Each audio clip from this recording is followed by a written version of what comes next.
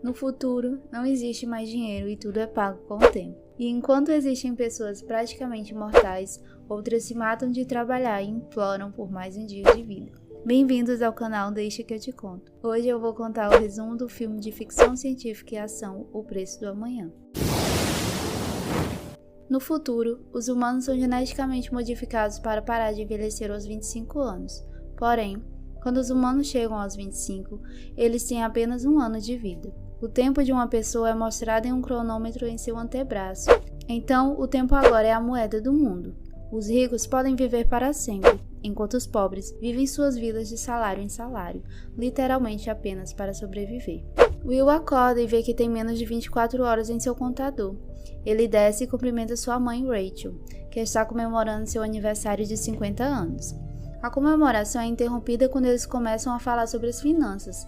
Rachel diz que tem mais 3 dias de folga e lembra Will das contas e empréstimo que eles precisam pagar. Will garante a ela que vai arranjar dinheiro de alguma forma.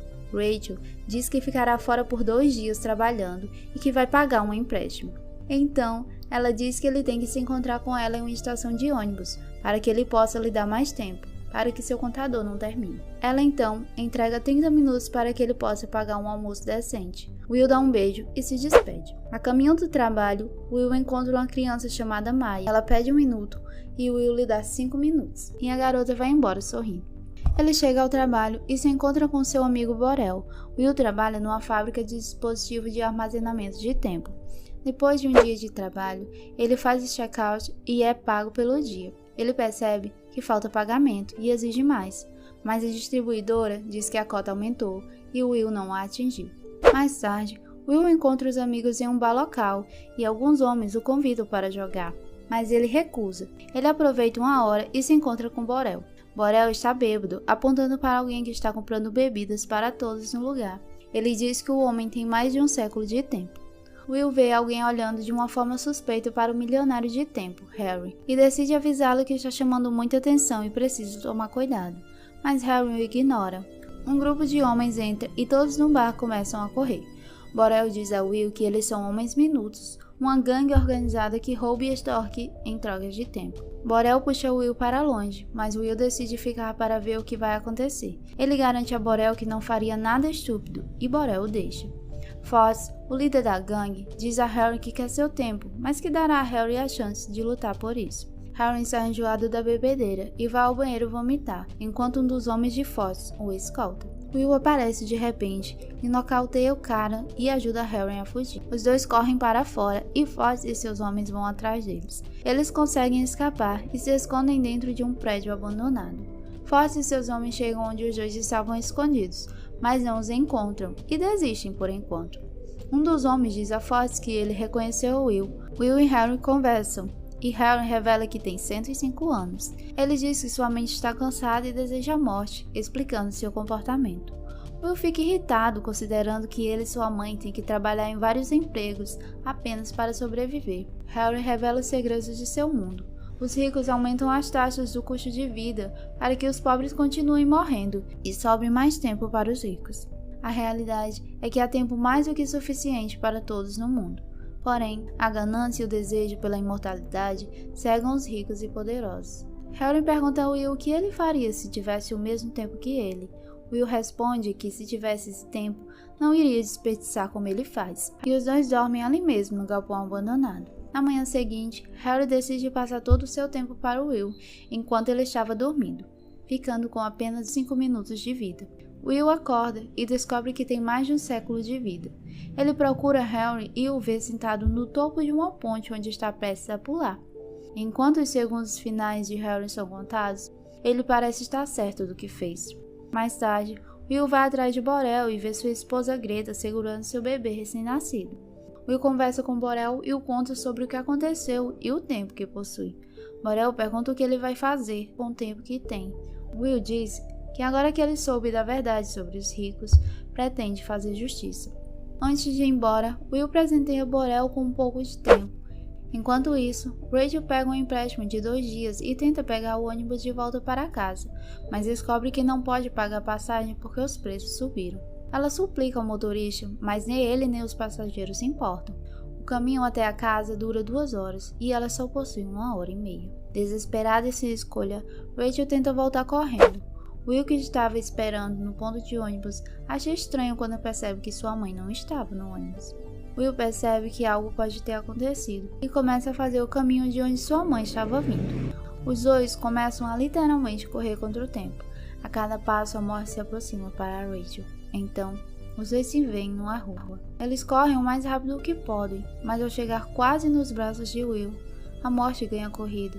Will não acredita no que vê e entra em desespero, pois mais alguns segundos ele poderia dar uma vida de vários anos para sua mãe. No dia seguinte, os cronometristas, a polícia do tempo, encontraram o corpo de Harry na beira do rio. Raymond, cronometrista sênior, e Jag, seu companheiro, investigam a cena. Quando estes estão prestes a ir embora, Raymond vê uma câmera no topo da ponte e acha que pode tirar informações sobre o corpo de Harry. Na cena seguinte, Will está sentado dentro de um carro com o motorista usando um terno novo. Eles passam pelas fronteiras que separam as diferentes classes sociais em determinadas áreas da cidade. Em cada uma das fronteiras, ele paga uma taxa de pedágio que aumenta uma atrás. O motorista então dá boas-vindas à cidade. A cidade é totalmente diferente daquela que Will está acostumado. Ao sair do carro, ele imediatamente começa a correr, ainda acostumado a viver com pouco tempo. Ele olha para o braço e lembra da fortuna que possui. Então começa a agir de acordo. Will entra em um hotel e pede uma suíte. Pela primeira vez em sua vida, ele experimenta comidas e bebidas gourmet. Ele paga a refeição e dá uma gorjeta de 1 semana para a garçonete. A moça então percebe que Will não age como todo mundo daquele ambiente e comenta que ele faz tudo um pouco rápido demais. No quartel-general dos cronometristas, eles veem Will nas imagens de vigilância. Jag relata que um homem cruzou várias fronteiras. Eles então recebem mais informações sobre Will no sistema e Raymond afirma que conhece o pai de Will. Enquanto isso, Will entra no cassino e se senta em uma mesa de poker. Enquanto Dylan dá as cartas, Philip, o milionário, diz que nunca tinha visto Will ali antes e faz algumas perguntas. Com algumas rodadas no poker, Will chega a mais de 2 séculos de tempo. Philip aposta 50 anos. Will paga com total confiança. O foco de Will muda do jogo quando uma dama entra. Era a Sylvia, a moça que ele havia visto mais cedo.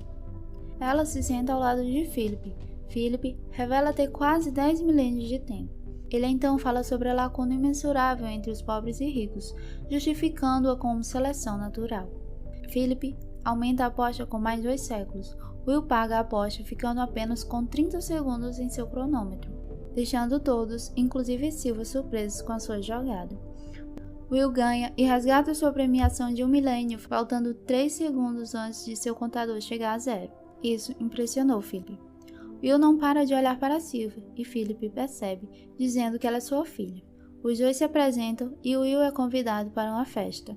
No dia seguinte, Will compra um carro novo com seus ganhos no poker e o usa para ir à festa na mansão de Philip. Chegando lá, Philip apresenta sua sogra, esposa e filha, todas incrivelmente parecidas, pois as pessoas param de envelhecer aos 25, ficando difícil diferenciar a idade de cada um.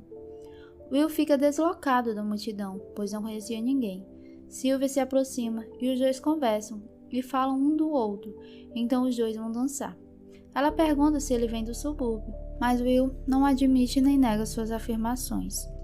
Sylvia se abre para ele sobre sua vida sem sentido e como o tempo que ela tem a acorrenta quando deveria garantir sua liberdade.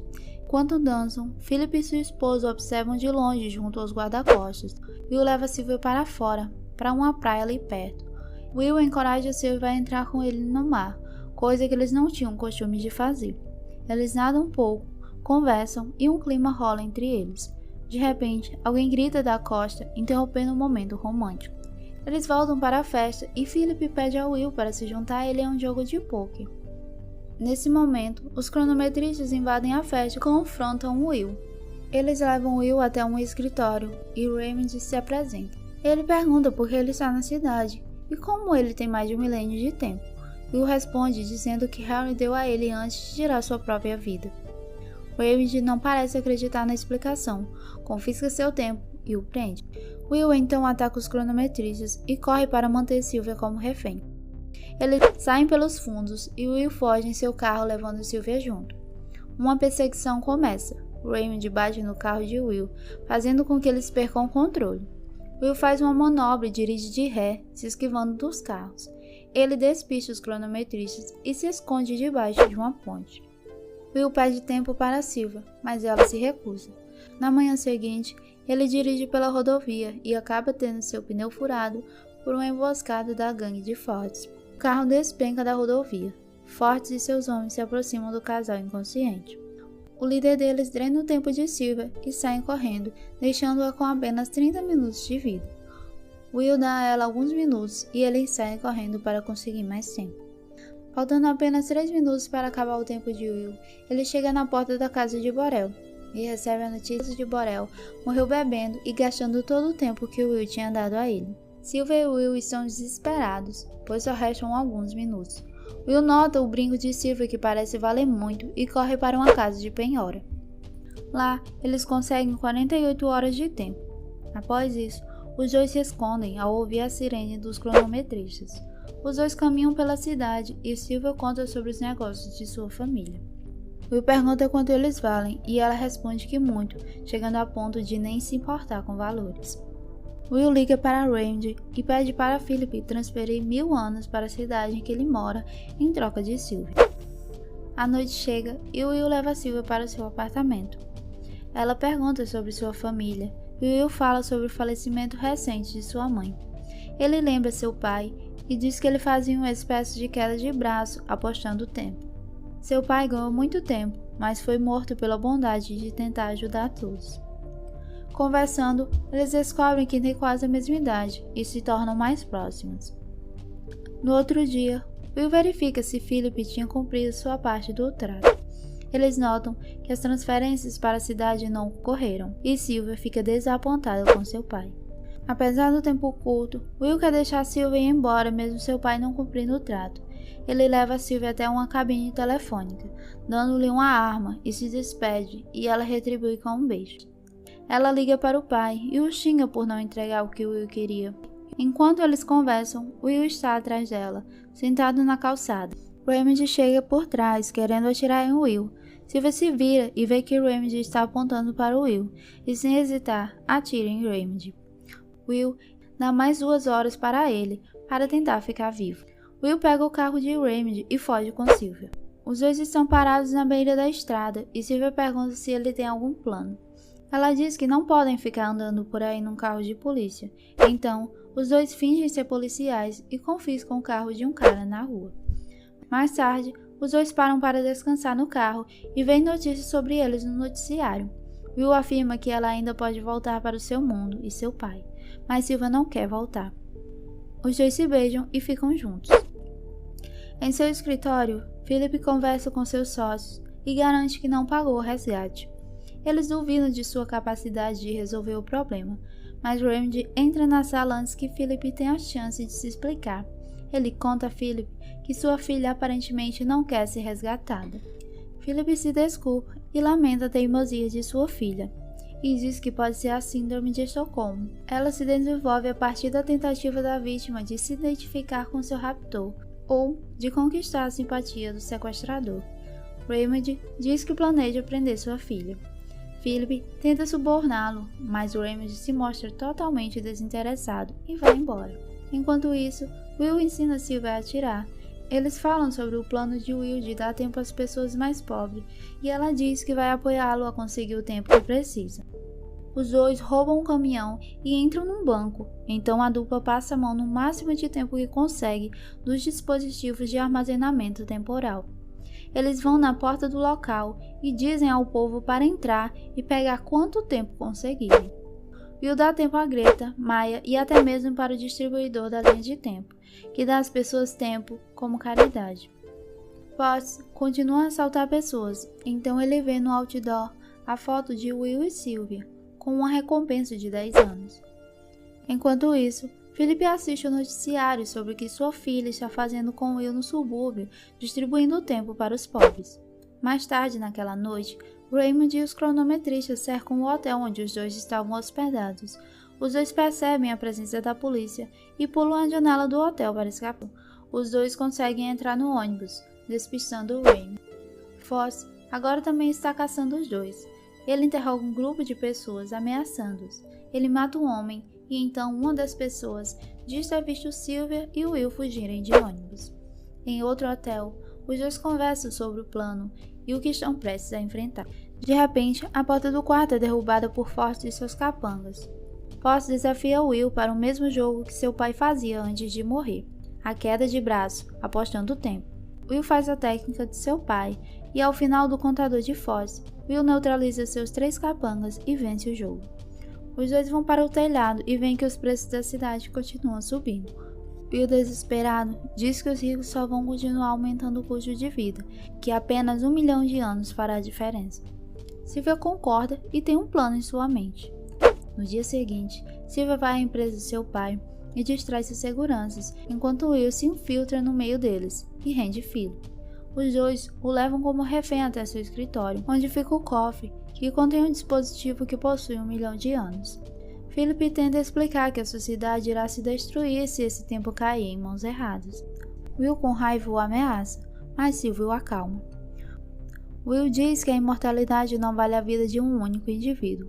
Os dois vão embora. Enquanto isso, os policiais fazem um cerco na estrada principal. Eles abrem fogo contra o carro de Will e Sylvia, e por milagre não são atingidos. Raymond pega seu carro e novamente persegue os dois.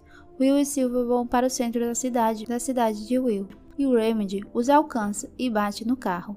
Will sai do carro e vê a garota Maya, pedindo para que ela distribua o tempo armazenado no dispositivo.